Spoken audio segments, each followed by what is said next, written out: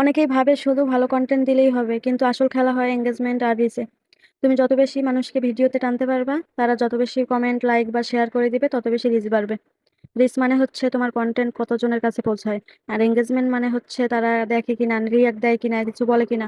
যত বেশি comment, like বা শেয়ার হবে, অ্যালগোরিদম ভাববে এই ভিডিও মানুষ পছন্দ করছে, তখন সেটা আরো বেশি মানুষকে দেখায়। এটাই রিচ বাড়ার রাস্তা। অনেকেই ভিডিও বানায় কিন্তু সবাই রিচ, এঙ্গেজমেন্ট এগুলো পায় না, কারণ হচ্ছে তারা মানুষের ভিডিও শুধু দেখে কিন্তু লাইক, কমেন্ট, শেয়ার করে না। এর জন্য ইনশাল্লাহ সবাই সবার পাশে থাকলে অবশ্যই এঙ্গেজমেন্ট বাড়বে, রিচও বাড়বে।